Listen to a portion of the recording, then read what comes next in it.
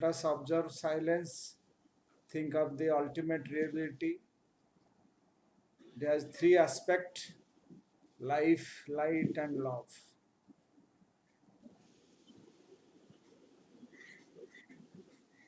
O hidden life, vibrant in every atom. O hidden light, shining in every creature. O hidden love, embracing all in oneness.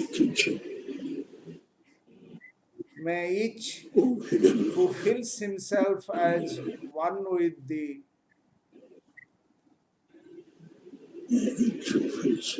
know he is also one with every other. 1 minute meditation.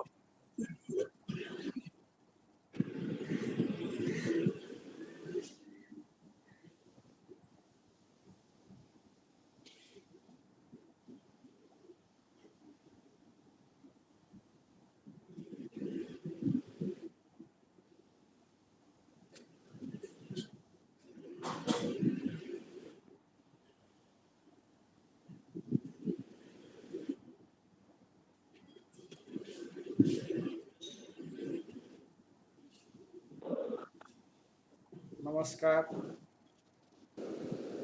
Over to Sister Purnamasi, Secretary of Theosophy Science Organization. Welcome to you all and namaskar to all present here. Esteemed brothers and sisters, it is my privilege to welcome and introduce today's speaker, Brother Dhrub Panda, who has kindly agreed to speak to us today on quantum physics and consciousness. I also welcome you all who have joined today online for the program. Brother Dhruva Prasad Panda is a postgraduate in mathematics from NIT Rourkela. He joined UCO Bank and retired from the post of senior manager. He is a member of Theosophical Society since the year 2003 and he was the former president of the Sambalpur Theosophical Lodge. Brother Panda is a traveler, writer, trekking expert. He has written a number of books on experience, on mountaineering, philosophy, and many other books. He has also written many scientific articles. His books, Sapta Pathara Pahunda, Himalaya, Shailatirtha Himalaya, Himalaya Santha Spandan, etc., are very popular amongst the readers.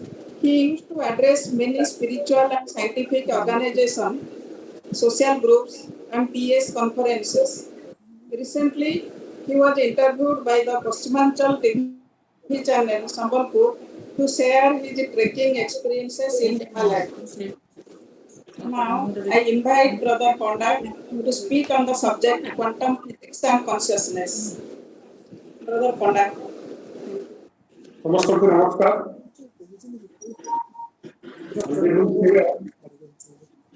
Brother RC Patnaik secretary sister पूर्णमासी Patnaik of Theosophical Science Association with a good form in Utkal Theosophical Federation. I am thankful to Brother Patnaik and Sister Patnaik for giving me this opportunity to talk to you on my favorite topic. Let me say it is favorite because I am also a student of applied mathematics, or you can call it theoretical physics. Today, we have a short journey of a very long period of 3,000 years. You know atom. 3,000, almost 3,000 years back, in perhaps 7th century BC.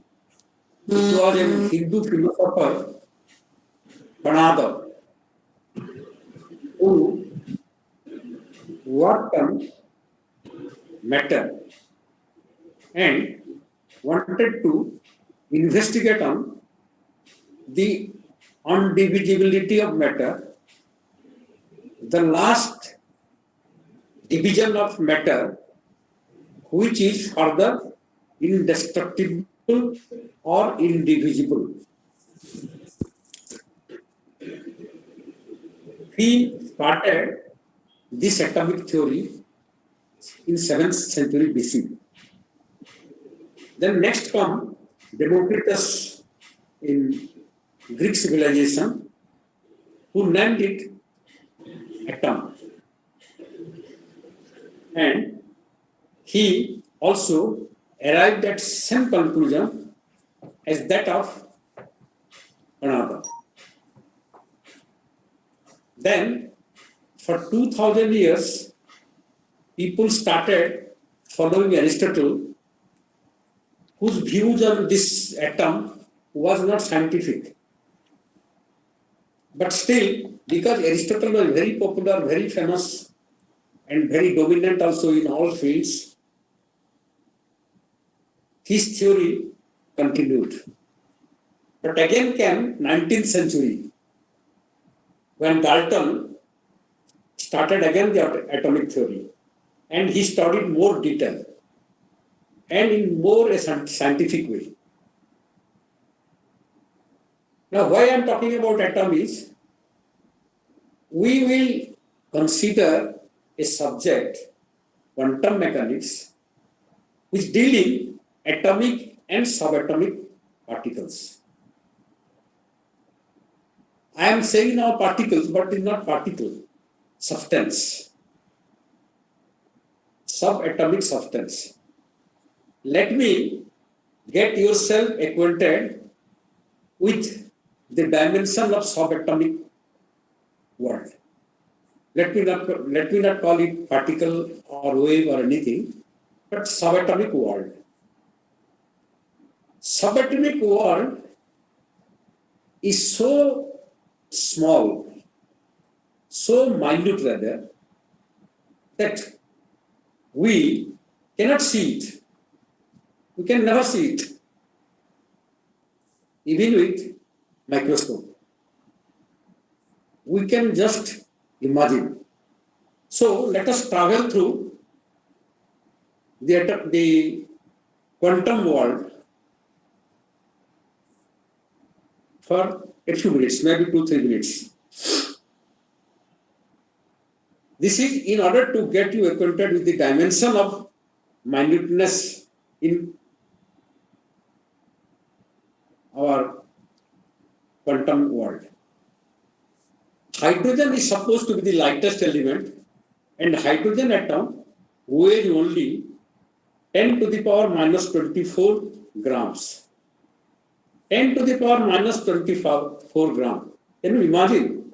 You have to meditate upon it. You just can't imagine sitting on a chair. You have to meditate upon it. 10 to the power 6 is million. 10 to the power 9 is billion. 10 to the power 12 is trillion. And 10 to the power 24, how much? A trillion is 10 to the power 24. But it is as far as the macro world is concerned. So far as micro world is concerned, it is 10 to the power minus 24. Minus 24.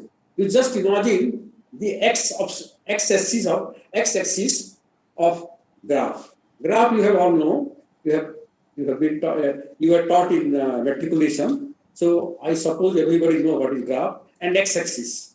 In x-axis, we proceed towards right, and we get larger and larger figures as we proceed right. And as we proceed left, we get smaller and smaller figure. Imagine 1 trillionth of a centimeter.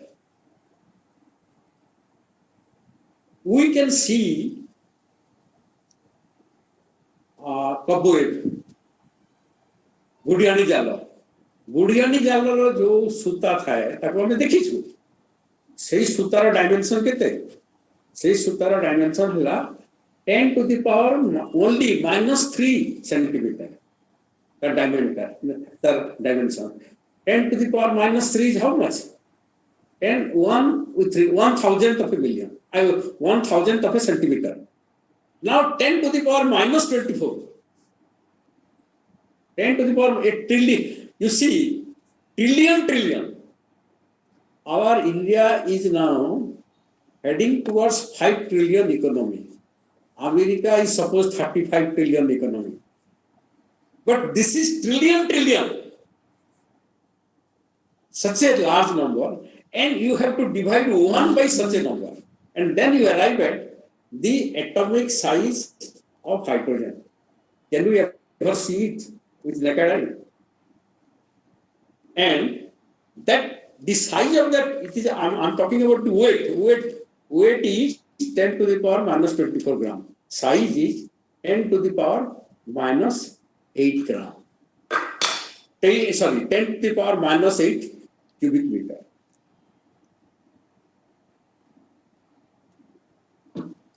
10 to the power -8 means how much 10 to the power 6 is million 100 million means if you divide 1 centimeter cube centimeter cc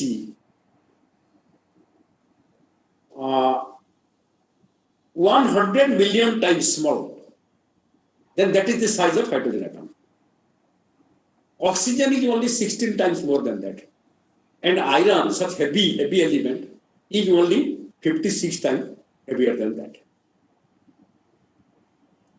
so this is the quantum world now we will talk about waves in quantum world waves are characterized by wavelength frequency and velocity the velocity of light is 3 into 10 to the power 10 cm per second this is also a very large number not as large as though and not as small as them but it is very large and heat light radio waves x-ray all these radiations are called electromagnetic waves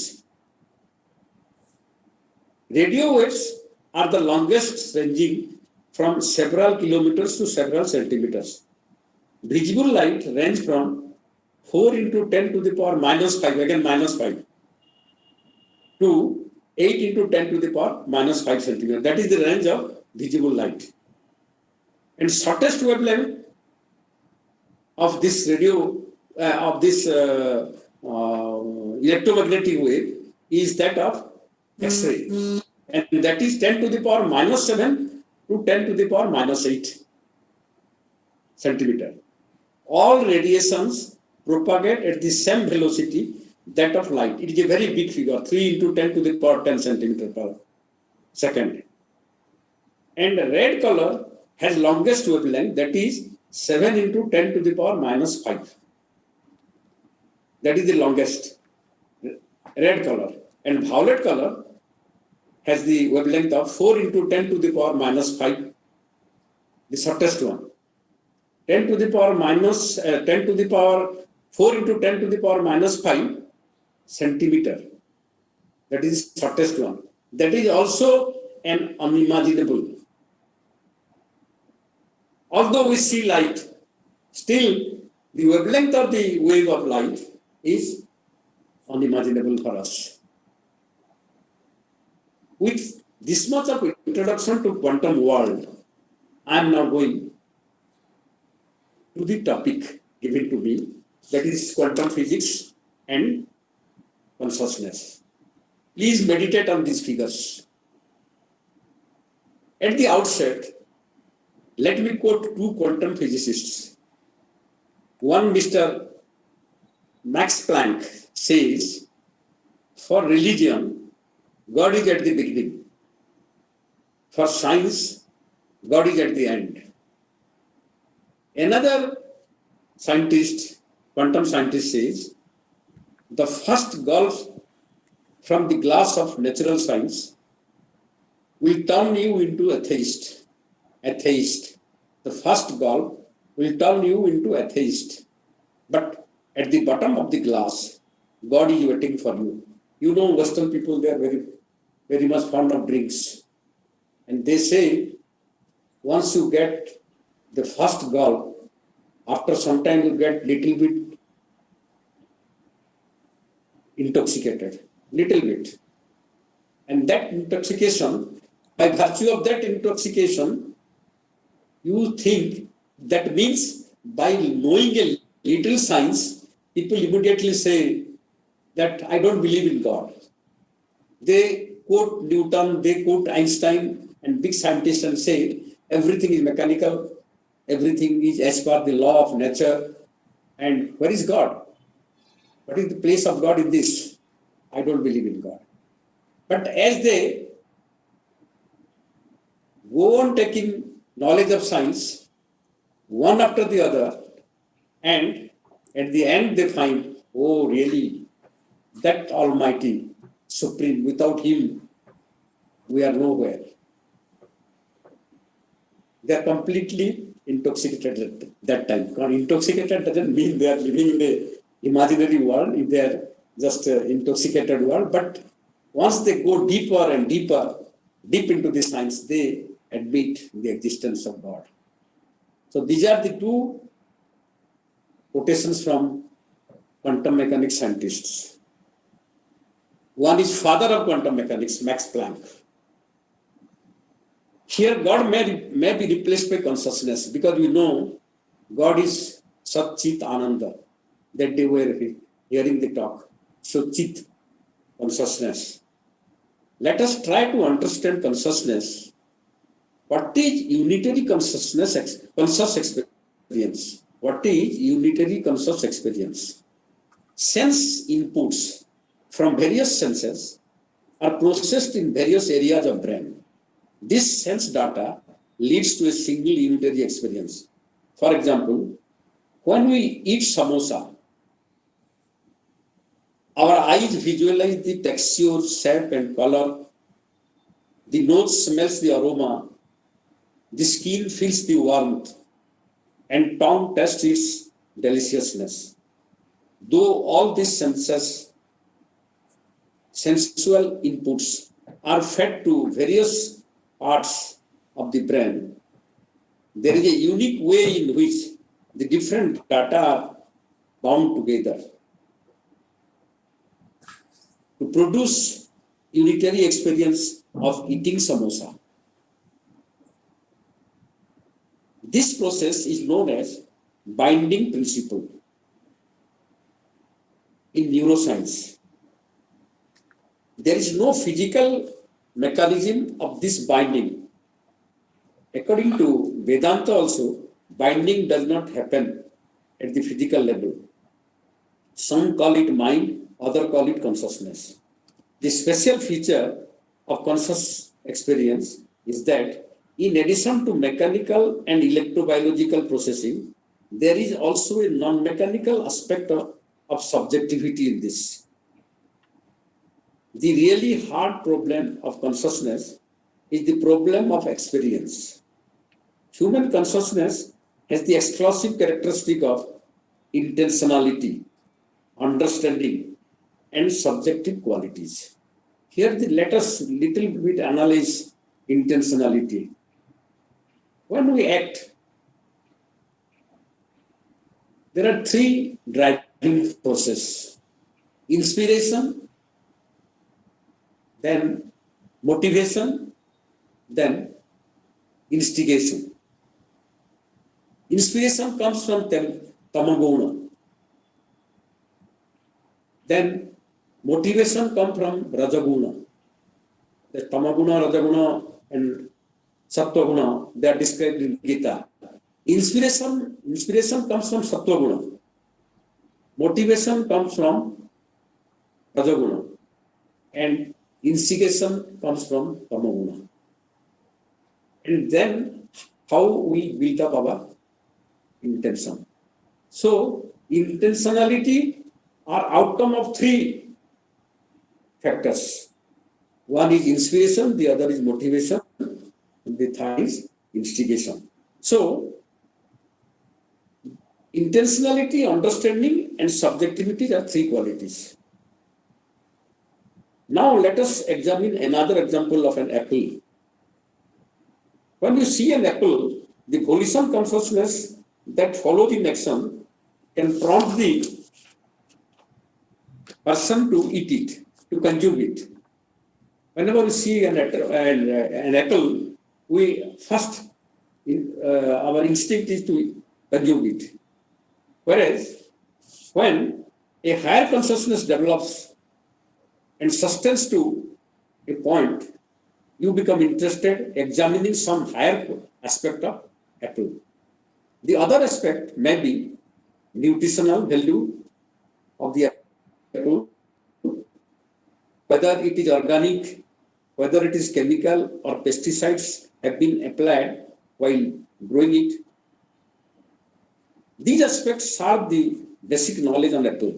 Therefore, intentional state predominate at the lower consciousness, whereas knowledge or value pervades the higher consciousness.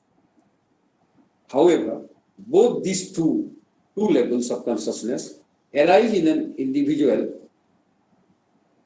universally, especially in human being and maybe in some developed animals. In individual consciousness, both the lower and higher accompanying feeling is either satisfaction or dissatisfaction. It is rarely neutral. We are either satisfied or dissatisfied. One of the more expanded meaning of consciousness is the vital force that pervades the manifest in entire universe as matter, living beings, and universal forces or processes. When we individual mature, when we mature, we begin to experience this wider and unified nature of consciousness. Let us examine the apple again. Our individual consciousness was concerned with the apple's nutrition and its physical wholesomeness. This is called value boundary. Remember this word, value boundary in science of consciousness. Now let us transcend beyond the value boundary. It may so happen that instead of eating it myself, I feel like offering to my child or my mother or my teacher or to God. Then we have transcended the individual consciousness and entered the collective consciousness. The act of offering someone represents a consciousness that is larger than the value boundary associated with individual higher consciousness. So, the emphasis here is not only the root of generous offering. I become generous to offer it instead of consuming it myself. The emphasis is also on letting go of my, mine, and I. Understand this point. It is very important. I not only become generous, magnanimous, benevolent, but simultaneously I am getting rid of my ego, I, me, and myself. When at the beginning we started, is I see an apple and I felt like consuming it. And in the next step, I evaluated it, otherwise its value came to my mind. And now, at the third stage, I have come to the point to, no, I should not consume it alone, I should share it. Sharing, giving it to others. These are all play of consciousness, individual consciousness. Now, you must have understood that the first level of collective consciousness is much larger than the higher level of individual consciousness. Perhaps this is the reason why the ultimate truth is in Hinduism, at its first collective level, is known as Virata or Virata Purusha. You invoke in Purusha Sukta during Bharat Samaj Puja the limitlessness of Virata transcends the value boundaries. The experience of Virata can be achieved also through meditation. Usually, the feeling associated with experience of Virata is one of ecstasy, pure joy. This level of collective consciousness, named by us as Virata, has few degree of freedom, namely form, space, time, or any other boundary prevailing in individual consciousness. The second level of collective consciousness is more subtle and little complex. It represents an emancipation. Now let us examine the apple once more. I am giving this apple example because it will be easier to understand.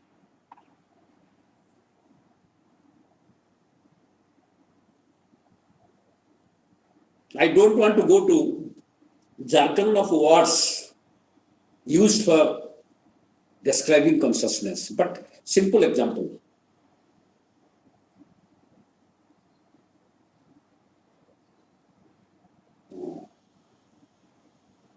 Yes, it represents an emancipation. Now let us examine the apple once more. When we prefer to offer it to others, we have entered the collective consciousness. In the process of offering, the third party enters the collective consciousness and becomes the seed. Beyond the observer and object, a third party has come. In the process of offering, the third party enters the collective consciousness and becomes the seed, and the limitlessness continues. The Virata is macroscopic. The Virata is macroscopic consciousness and universal being. The emphasis in the second stage is not only evolution but also involution. The collective consciousness entering the object or process, but also the continuity of the evolution of the first stage.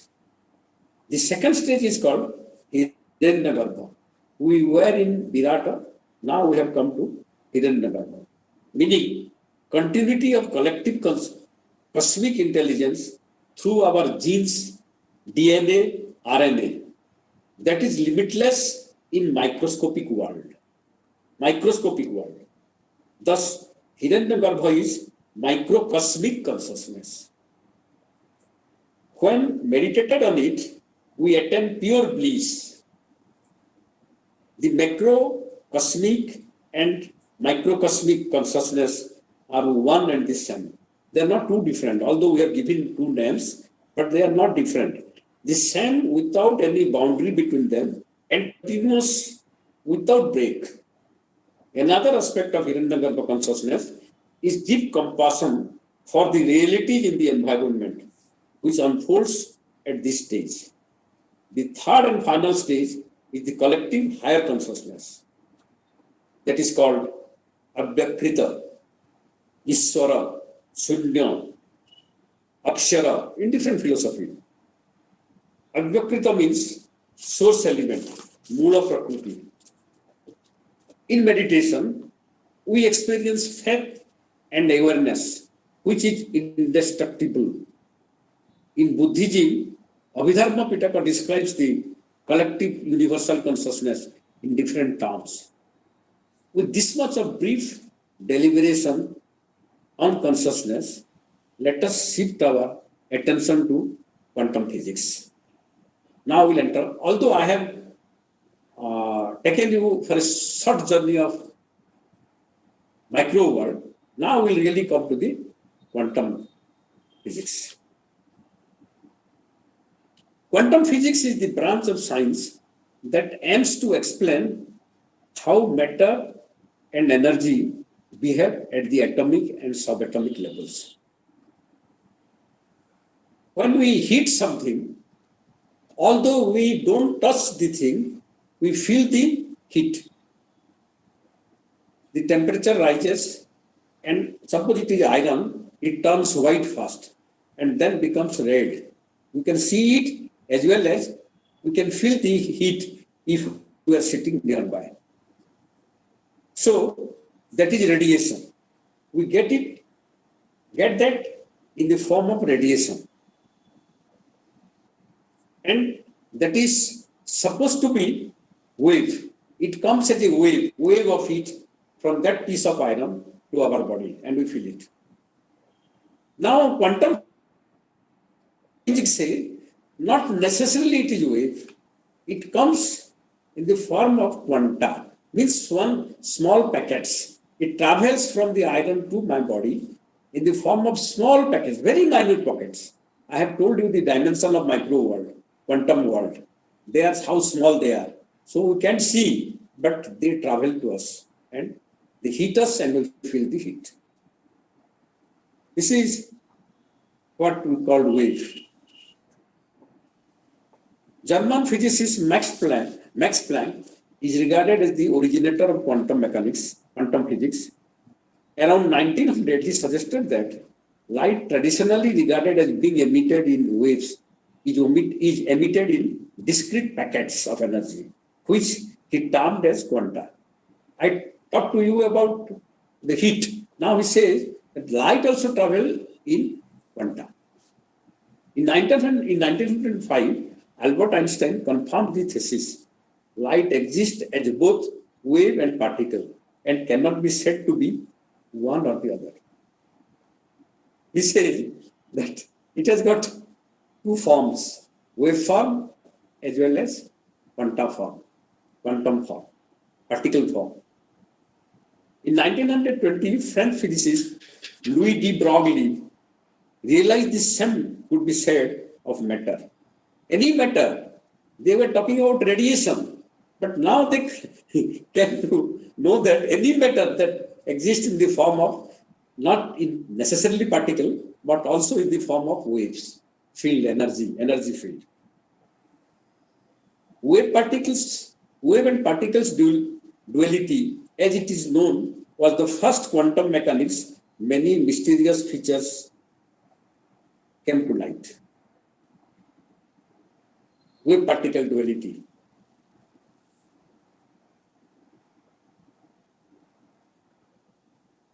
In first couple of decades of 20th century, Neil Bohr constructed a new model of the structure of atom during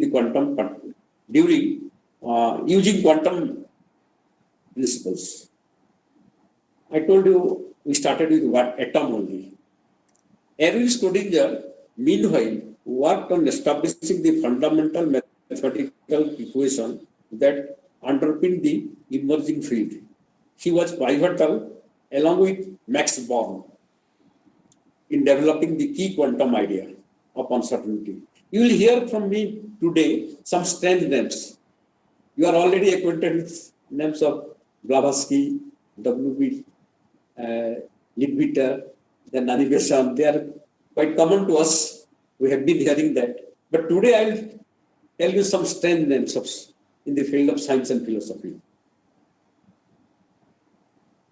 Now, he was, using so-called wave function, it is possible to indicate the probability of specific particles being at a particular place at a given moment, as encapsulated in Werner Heisenberg's uncertainty principle.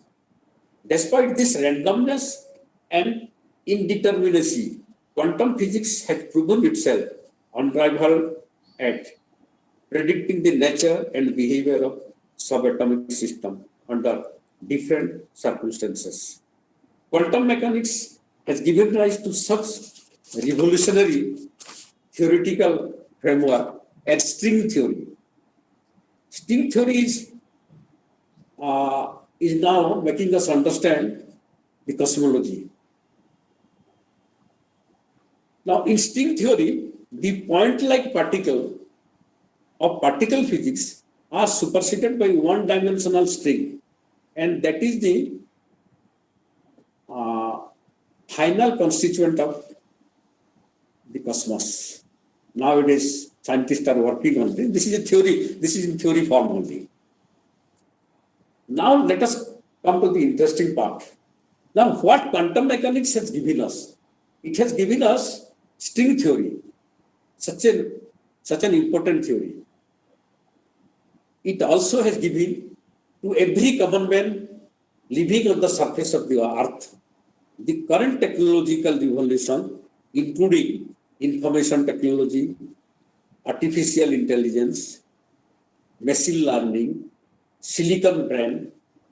These are the gift of quantum physics. One third of our economy involves product based on quantum mechanics. Things such as computer, internet, laser, MRI, TVs, DVDs, CDs, microwaves, electron microwaves, mobile phones, transistors, silicon chips, semiconductors, watch, digital watch, superconductor, and nuclear energy too. This effect is infinitesimally small compared to what will occur in the following decades. These are nothing, although every day from morning to evening, we use all these things, even during night time. Quantum theory has very profoundly affected every branch of science. Not only common man life, but also science. The founder of quantum physics are people such as Max Planck, Albert Einstein, Niels Bohr, Werner Heisenberg, Louis de Broglie, Wolfgang Pauli, Erwin Schrödinger, E.M. Dirac, Richard Feynman. Let us pay tribute now to them. And I am paying tribute by delivering this lecture to you, to all these scientists. You may not be familiar with their names. Some of you, many of you may be familiar. All bodies in nature possess wave and particle properties at the same time, and these properties are but different manifestation of a united wave-particle duality. Heisenberg contended that it is possible to measure both the position x and momentum t of an atomic object simultaneously and accurately. It is not possible. We cannot measure the position and the momentum of a particle or wave simultaneously and accurately. If we can measure position accurately, we cannot measure the momentum accurately. If we can measure the momentum accurately, we cannot measure the position accurately.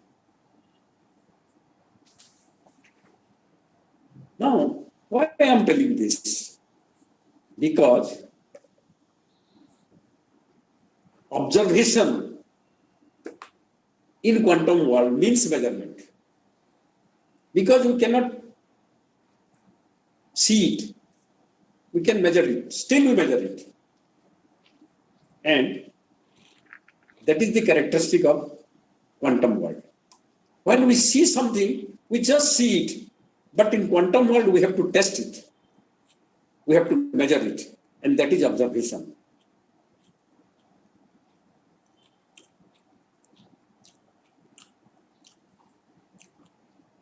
The uncertainty relation is a strict law of nature. This is called uncertainty principle. That if we can accurately calculate position, we cannot calculate the momentum. If we can calculate the momentum, we cannot calculate the position. This is called uncertainty principle in quantum mechanics. Now, in physics, the concept of observation and measurement are inseparable. Heisenberg showed this assumption to be delusion. In atomic physics, phenomena and observation are inseparable. The fact is that both of them, instrument and object, belong to the same quantum world. And therefore, their interaction obeys quantum laws. Observation in quantum mechanics is rather like testing than seeing. Niels Bohr and powerful intellectual, and he was a true scientist. And he said that this uncertainty principle, which this uncertainty principle says, they are not contradictory. Wave and particle are not contradictory. The measurement part is not contradictory. They are complementary. They can be complementary. And that is called Copenhagen interpretation of quantum mechanics. And from there, the philosophical part of quantum mechanics start. Till date, I'm just talking of science part. Now onward, we'll talk on philosophical part of quantum mechanics. Bohr showed that both the uncertainty relation and wave particles duality are only special cases of more general principle of complementarity. Bohr noticed a very simple and clear fact. The position and momentum of an atomic particle can be measured neither simultaneously nor using the same instrument. Now, I want to give a small example. And this is a supposition. I am not serious, but just to give a living example, I am narrating this. Please don't take into your heart. I am the object. Suppose I am the object and Brother Pradeep Mahapatra is the observer. He wanted to observe me. Observation means measurement. And measurement means he wants instrument. And he applied two instruments to observe me. One instrument is Sister Mitalini. Let us suppose another instrument is Sister Purnamasi.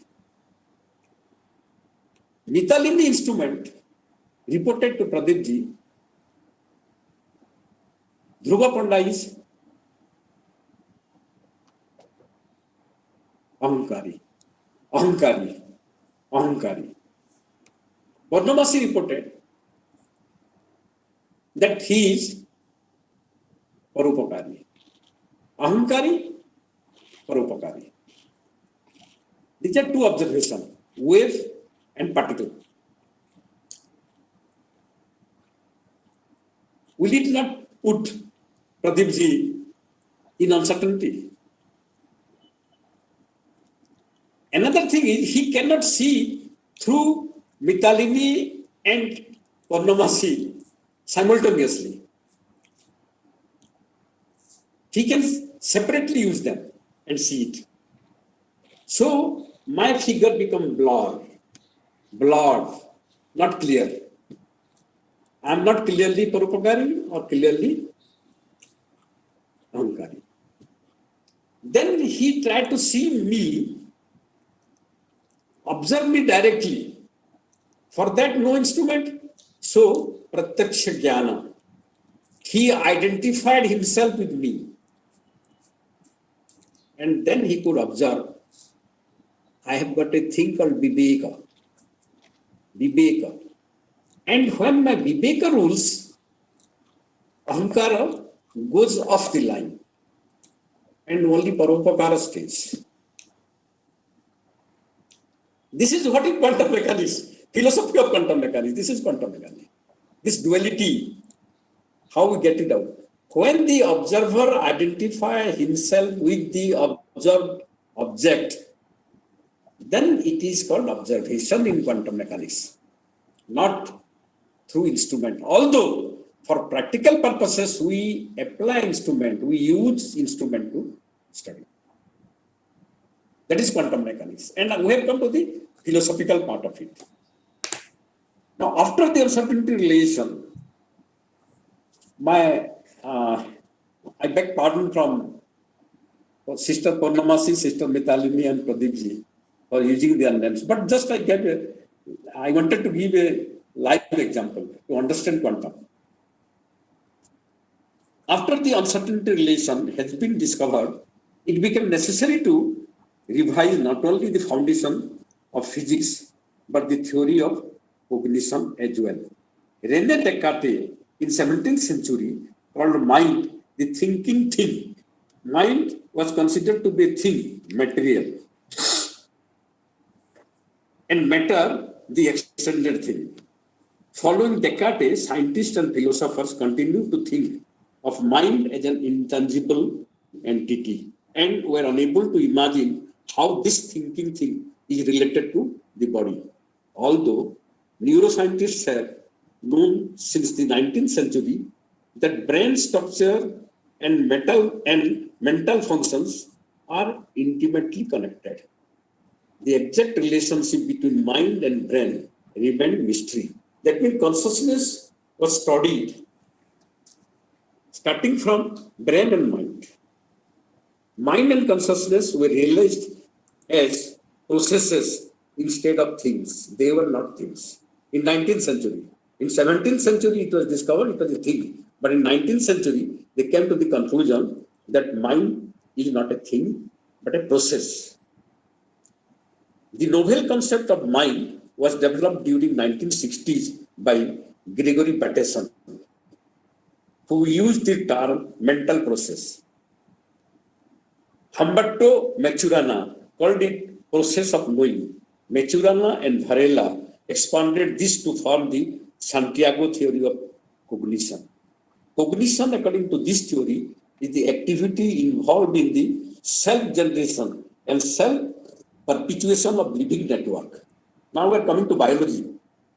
It is the very process of life, including perception, emotion, behavior, and does not even necessarily require a brain or nervous system. Cognition is closely linked to autopoiesis. Cognition doesn't require mind. Doesn't require brain. It requires mind. Cognition is closely linked to autopoiesis, the self-generation of living network. Autopoiesis states that a living system couples to its environment through recurrent interactions, each of which triggers structural changes in the system. For example, a cell membrane continually incorporates substances from its environment into the cell's metabolic process. Structural coupling establishes a clear difference between the living and the non-living. The interactions of living system with its environment are cognitive interactions. Thus, the process of living itself is a process of cognition. Just imagine you see in TV the picture of Corona. It comes and just stick. Coupling means what?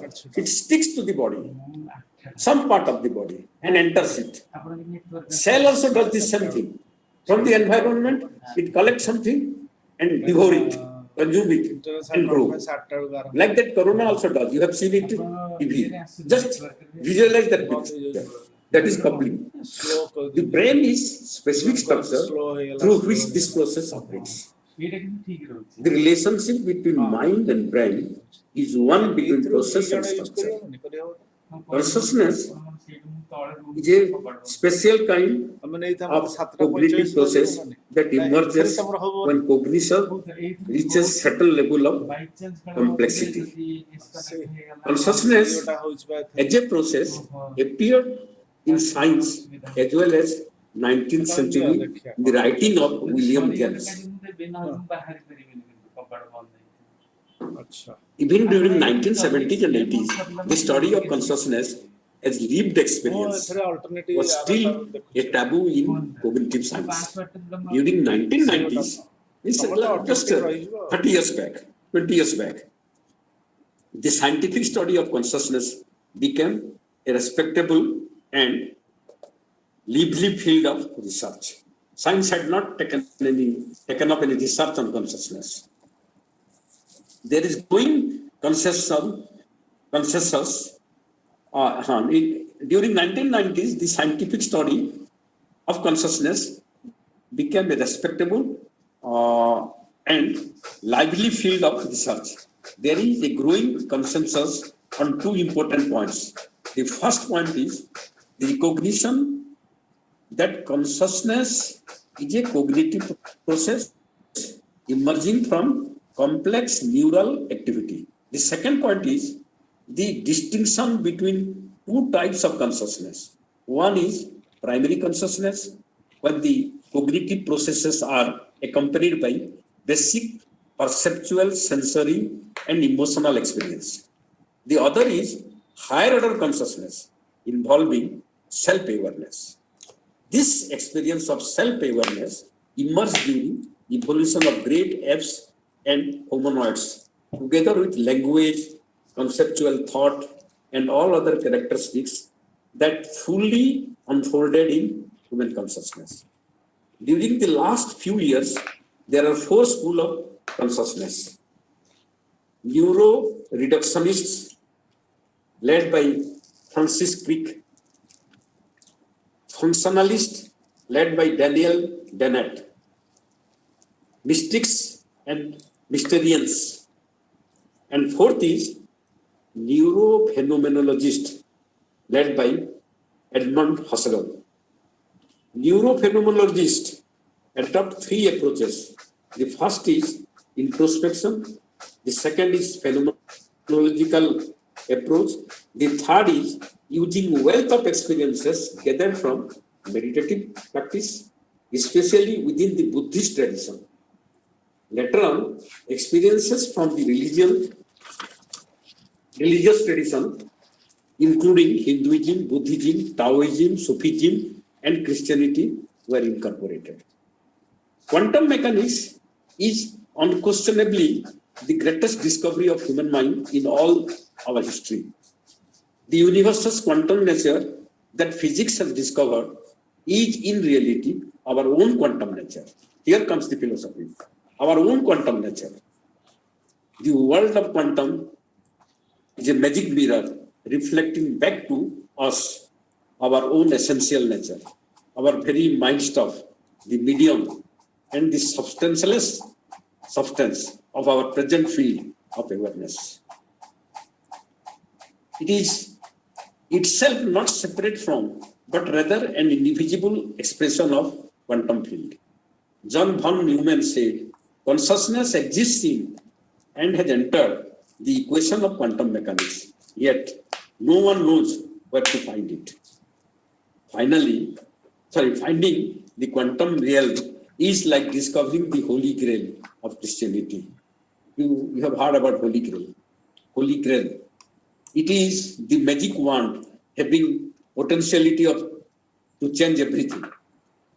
The potentiality to change everything.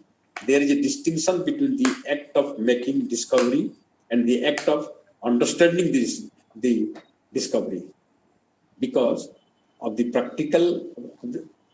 practically godlike power that quantum physics bequeaths to human being. We no longer have the option to remain blind or unconscious. We are being asked to know something of metaphysical process and deepen of insight into our nature. Quantum physics' role in exposing matter to be an ultimate, unsubstantial, lower dimensional, holographic shadow is established. It is the process of unveiling. It is the play of higher dimensional light of consciousness, the process of objectifying both the world and ourselves, hence the real subject within us, which is something other than our self-fabricated ego. Carl Jung writes, every science is a function of the psyche, and all knowledge is rooted in it. In Schrodinger's words, our perceiving self is nowhere to be found within the world picture, because in itself it is the world picture. Our picture of the world reflects ourselves. Whatever we see in the world reflects ourselves. This is a philosophy from Dhrub Viveka Vedanta. It says that consciousness is reflected in the world, and whatever we see is nothing but reflection on consciousness. That thing is told here. The psyche is the greatest of all cosmic wonders. In perception and observation, subject and object are interwoven, and their mutual influence are unavoidable. That's why I told Pradeep ji has to identify with me if he wants to observe me. Their relationship is a true interaction. In our ordinary state of consciousness, we find a boundary between subject and object that does not actually exist. We don't have to get rid of barrier of this barrier. We don't have to get rid of this barrier, as this barrier is illusory. Sorry, I may take a little time if you permit. And I think question answer we have to give up, because I'm going to tell you some important things in coming 5 to 10 minutes. Maybe I will ask. Am I allowed, sir? Yes, Another yes, 5 carry on. minutes. Carry on, carry on. Watch. The quantum level, at the quantum level, there is radically new notion of intrinsic unbroken wholeness, a seamless interconnectedness among all the universe's seemingly separate parts. At quantum level, the universe is one with itself. At the moment of observation, the observer and the observed compose a unified whole. The quantum universe can be properly conceived of only as an intricately interconnected dynamic whole. Intricately interconnected dynamic whole. In Buddhism, a beautiful image portrays this interconnectedness. That is called Indra's net. Indra is our Devata, God. That is that Indra's net. In Buddhism, they also worship Indra. And they call it, and that is found in Abhatansaka Sutra of Buddhism, where it is called in English Flower Garland Sutra. And that is, they have projected a Indra's net in the world view. In this image, this is an image, and this is a meditation. For your information, this is a meditation. In this image, the whole universe is represented by an infinitely interpenetrating net of glittering jewels. The gems are set at every knot on the net. Every knot of the net. Each jewel in the net reflects the light reflected in all other jewels. Each of these jewels, in turn, reflects the light from all of the jewels around them, and this multifaceted, mutually reflective process goes on forever into infinite space. Each of the jewel contains and reflects the radiance of the whole universe, which is to say that the whole universe can be seen reflected in each of its parts. On such a net, no jewel is in the center or at the edge, while depending on our point of reference, the opposite is also true. Each and every jewel is at the center and at the edge. It is never at the edge, at the center, and also it is always at the edge and the center of the net. Seems paradoxical, but true. While meditating, it comes true. Because there is no boundary for meditation. Each jewel can be conceived of as being an individual localized spark of consciousness, which is simultaneously reflecting and being reflected by the whole universe. This is to say that as each of us expands our consciousness, light of self-reflective awareness, the whole universe shines that much of brighter. To quote David Bohm, the inseparable quantum interconnectedness of the whole universe is the fundamental reality. The fundamental reality is that consciousness is no longer separated from matter, but somehow essential to it. Consciousness is not one thing and matter another thing that it interacts with. On the quantum level, consciousness and matter are indistinguishable. Our universe is an emergent universe in which the whole is greater than the sum of its parts and greater than any of its parts we can imagine. Single letter of alphabet lack the quality of poetry, but when arranged in a certain way, can create a poem. In quantum reality, relationship is truly creative. At the holistic level of quantum reality, relationship is Relationship creates identity. At the quantum level, the material world melts away into apparently immaterial field of quantum potentiality. Mathematically speaking, there is an equation between human mind and seemingly external world, and quantum field emerges out of ceaseless creative interaction of these two. Our mind picks up the image of cosmos, while simultaneously the cosmos reflects our mind back to it, back to us, in the form of feedback loop without end. Once the atomic events are registered in consciousness, they are transformed into meaningful information. Thus, physical universe is fundamentally informational in nature, and that matter is derived phenomena from these bits of information. First was everything is particle. That was the period when they were believing Descartes period. Everything is particle. Followed by everything is wave. Then it was again followed by everything is field. Now the third phase, the fourth phase is everything is information. Information is organized by a second invisible element, meaning. Meaning. Information is always accompanied with meaning.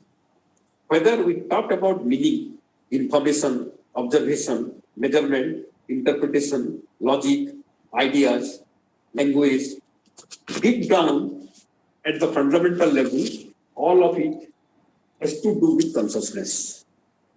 A meaningful reality is always an experienced reality, that is, a reality arising within the sentient subjective field.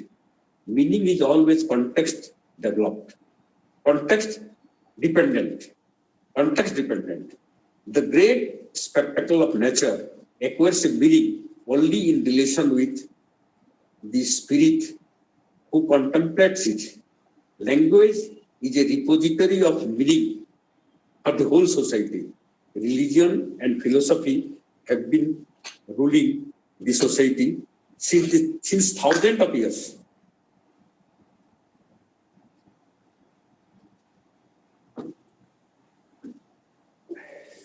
Religion and philosophy have been ruling the society since thousands of years, but science has existed for not more than 400 years.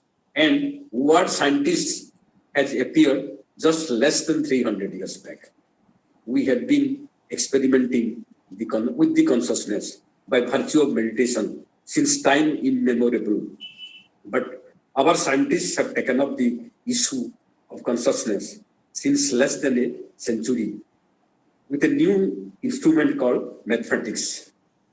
Now mathematics is the road to reality.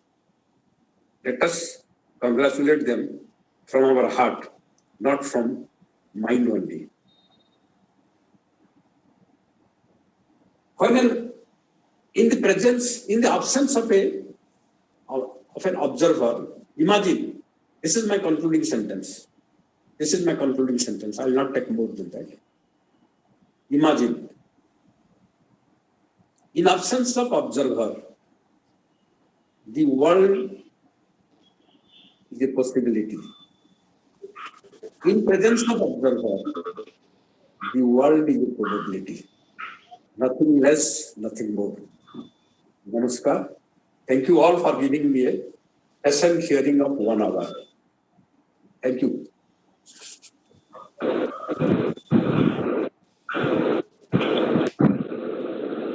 Thank you, brother, for your enlightened speech. And now I request our President, Brother R.C. Patnaik, to share his few thoughts on the matter and offer a vote of thanks. Or otherwise, any question answer if session will be going on, then you can ask anybody to question. Can I something?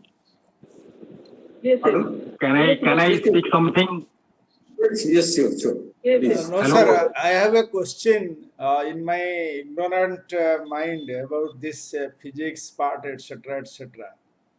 Sir, you told us that you will observe the instrument how we will observe if you have through five senses or through mind or whatever we learn from religion, by expansion of our consciousness we will observe that Mr. X or somebody in other side of the planet in which Yes. method we will observe by way of meditation, by expansion of our limited consciousness. What is the science told? You told that you will observe, by observing you will observe this instrument. Yes. Yes. Very nice question. And I have answered this. I think it is difficult. It is difficult actually, so to understand. But then again, I repeat it. I told in my lecture that observation here means not using senses, because in quantum level you cannot use senses. You can neither see, not feel, nor you can hear, because I have told you the dimensions of quantum world. And actually, everything is quantum world. So here observation means measurement. And measurement means you use instruments. And the instruments are such that it doesn't require any sense. It gives the data. It is kept in cloud chamber. And computer calculates it and gives you the result. And the result is of course physical. So at quantum level, you don't apply senses, but you apply the principle of identification of the observer with the observed object. That I explained by giving your example also. You are the observer, I am the. You can know me to some extent.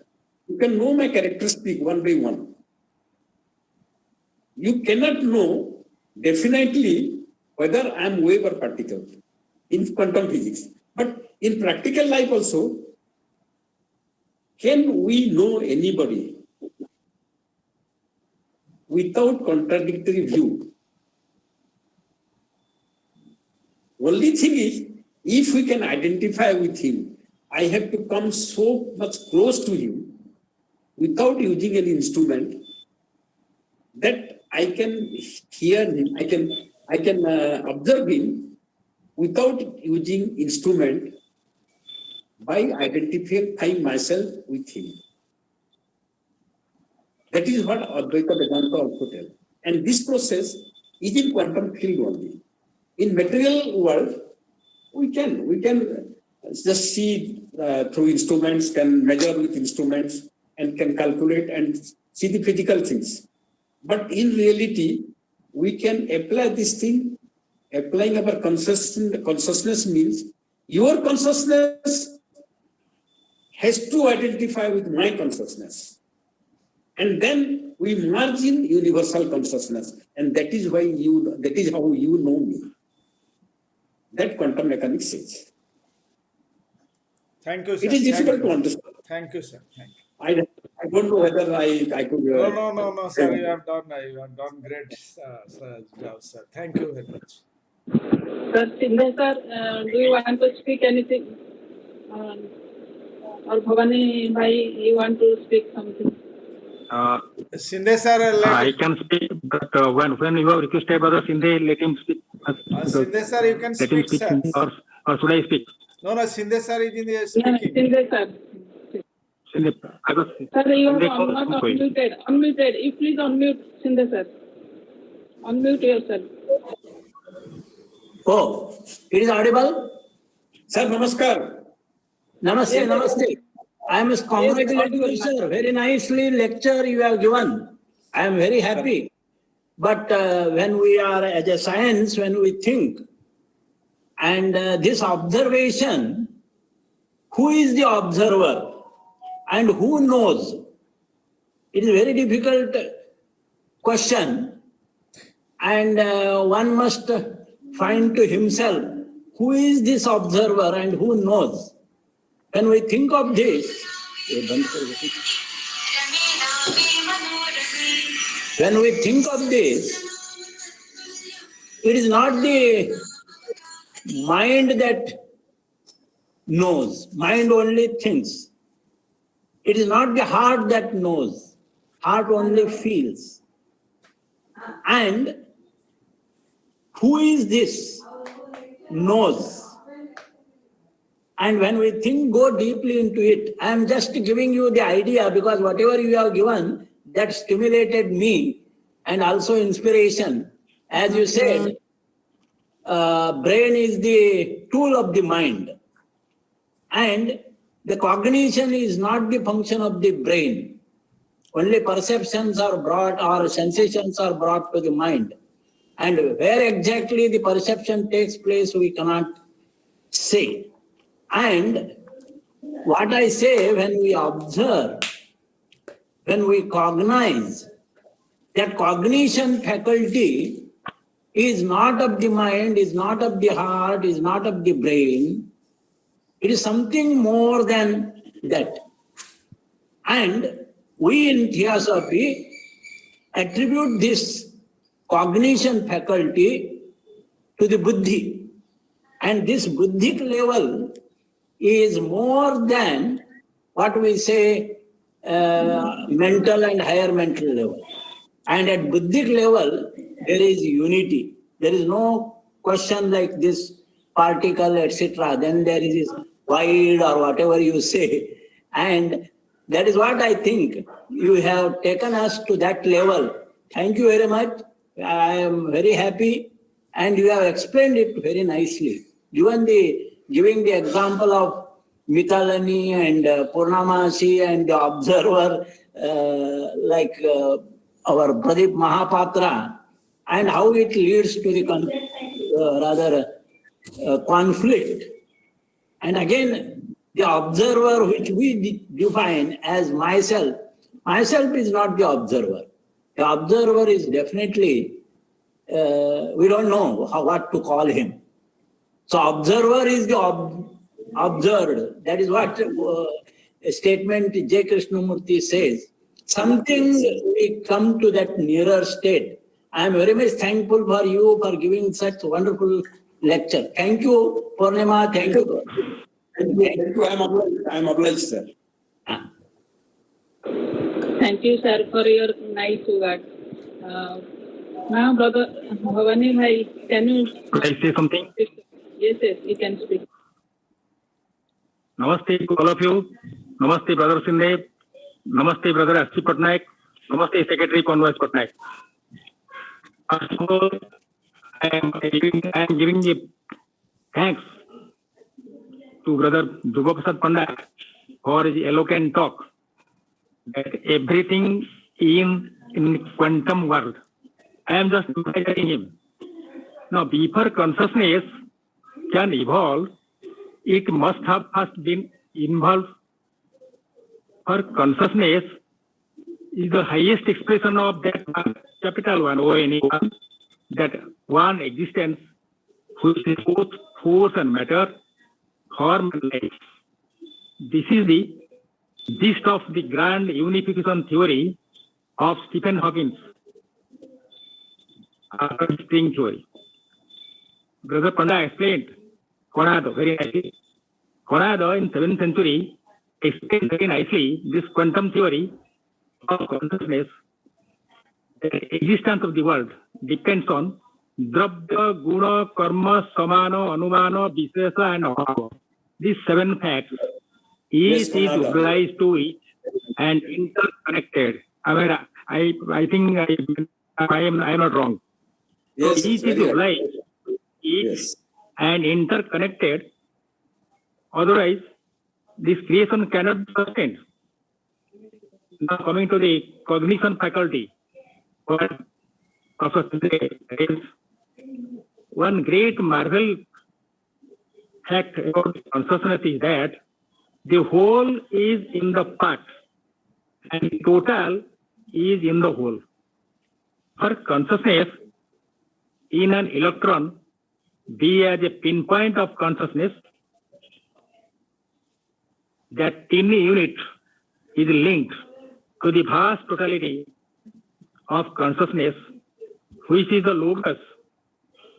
All of him means capital M, all of him is there, though we with our limitations can only discover so much of him as makes the electron. It is just as when a dark diffuse rays of sunlight are focused by a lens into a point. All the rays are there in the point. So is it the every type of consciousness, including every form, all possible relations of consciousness are in each ensouled unit, great or small, micro or macro. Thank you, Brother S. Patnaik and Brother Patnaik, for giving me a chance for my heartfelt feelings about this consciousness. And namaste to all of you. I end here. Thank you. Thank you. Thank you for complimenting, and thank you for supplementing also, because I thought that it would be too long in the speech to include Onada's theory as well as atomic structure. It should be part of the lecture. Atomic structure, electron, proton, neutron, and all elementary particles, I should have explained. But the time limit within 1 hour is difficult to incorporate all of them. Thank you for supplementing, Bhavani Babu. Thank you. Thank you, Brother Patnaik. Thank you. I think nobody has any question. Has anybody any question, or we'll close the program by vote of thanks to the speaker and all participants.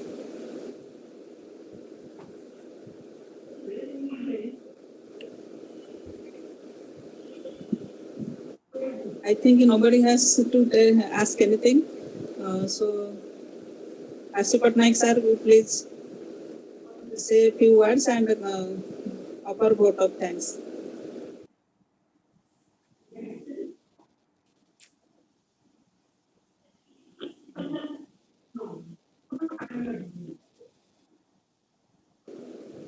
You have not unmuted. जो बढ़िया subject आप आछंती आबे थियोसाइंस group खूब बढ़िया subject आछंती I am very glad to hear your Brother, Sister, am I audible? yes. Yes, Oh, now you are yes audible please. Yes. Respected Brother Sinde and our respected speaker, Brother Panda also, it was a very, almost very difficult subject to be discussed in this forum, but still I'm very thankful and also satisfied and relieved that so nicely it has been deliberated. The subject of quantum mechanics and consciousness to an audience, most of them being not the students of science stream. But the examples stated by Mr. Panda become very much illuminating. Am I audible now? Yes. Oh, thank you. But while thankful to Mr. Panda and Mr. Sinde to be present, I am also thankful on behalf of our society towards all the participants and even those who could try and could not be present here for this occasion. And lastly, I will add only one point without being an interference to what has been said regarding the topic. This quantum, let us say, phenomena remain all along when the human generation came to Earth. That means whenever there is a limit of the human intellect, some quantum jump has been received by human beings, those who are most developed among the race, so that the energy level or the level of consciousness or the radius of consciousness has been wider. That quantum jump of consciousness or you can tell energy, which has been responsible for the human being to come from that stone age to this rocket age. Even Archimedes, Einstein, Galileo, Newton, they have admitted to it. Where from it comes? We have struggled so much, but could I not see so far that why the mango is coming down, not going up? But suddenly that intelligence comes. And regarding that intelligence, I should not be elaborate. So that is also a quantum job which is unseen, unknown, unprecedented, but it comes from Almighty. I do not want to add any further. Already questions have been running out. Anyway, I thank very much all of you, and also expect that they will be also, with their presence, encourage us very much to hold some more meetings like this. Thank you all. Thank you, brother. Thank you, brother Pradeep Mahapatra. Thank you, brother Panda. Thank you, brother R.C. Patnaik and all participants. And thank you, Sinde sir and Bhavani bhai, everybody took lively participation for your lively participation. Thank you. Now I will close the meeting with a closing prayer. I request Sister Sorna Lata to close the prayer, chant the closing prayer. Sister Sorna.